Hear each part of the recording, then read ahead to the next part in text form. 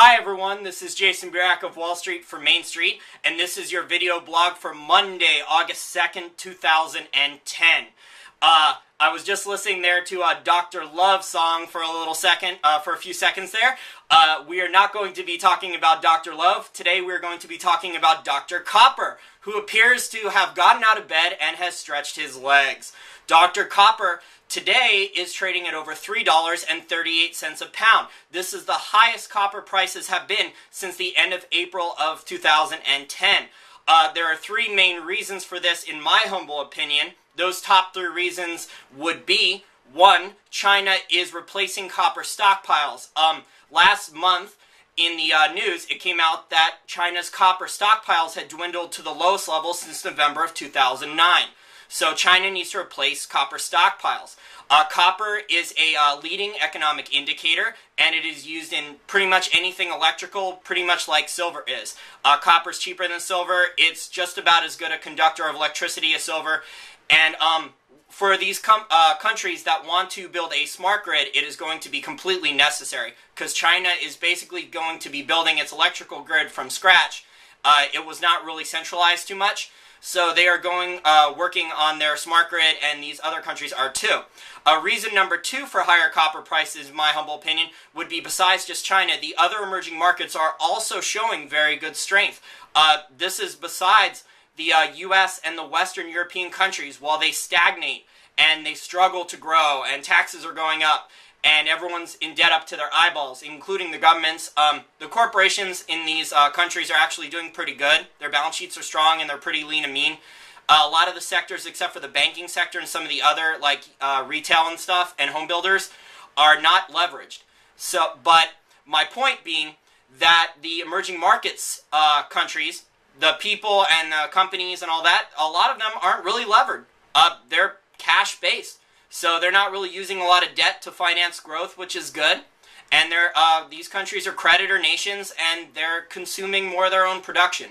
So it's not just in China. This is in other areas, the other BRIC countries, or BRACs, as Dr. Stephen Lieb likes to say. The third reason for this, besides China, and also besides the other emerging markets, besides China stockpiling, besides the other emerging markets, the third reason would be the market is pricing inflation expectations. Now, I know, like last week, that Dr. Jim Bullard of the St. Louis Fed came out and said that we're risking a Japanese-style deflation, but the market doesn't fully believe that. There are people that still believe the Fed, and, well, they shouldn't. They definitely shouldn't.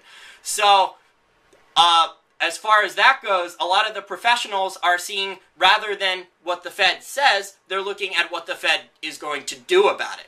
So what the Fed is going to do then, if you have listened to any commentary on the paper that Dr. James Bullard just released last week, Jim Rickards actually has commentary on this on the King World News, and it was released in the last couple days on an interview, and it talks, Jim Rickards names it the son of helicopter.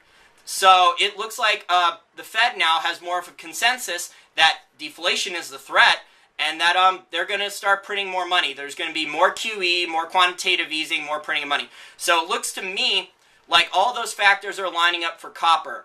Copper, like I said, just cleared the $3.38 a pound hurdle. It's the highest it's been in quite a few months, since the end of April. And I would definitely take a look at copper. I don't think there's a lot of downside to copper, because I think the rest of the world realizes that copper is a very important metal. So everyone take a look at that, and have a great week, and I will be in touch with you later. If you want to take a look at some more in-depth stuff, I would take a look at the Jim Rickards interview on King World News of the response to the St. Louis Fed president's papers and his speeches, and you could also listen to what the St. Louis Fed says. But that guy, Bullard, was an inflation hawk. He was very worried about inflation, and now he has switched to deflation, which means to counteract the deflation he sees in M3 dropping, he thinks we need to print money, and in fact his papers are talking for something along creating 2.3% inflation. So if we are negative, like what the Fed thinks, and we're really not, because the Austrian money supply says inflation is actually at 12% now, but the Fed is looking at different money supply statistics and says inflation is negative and we actually have deflation.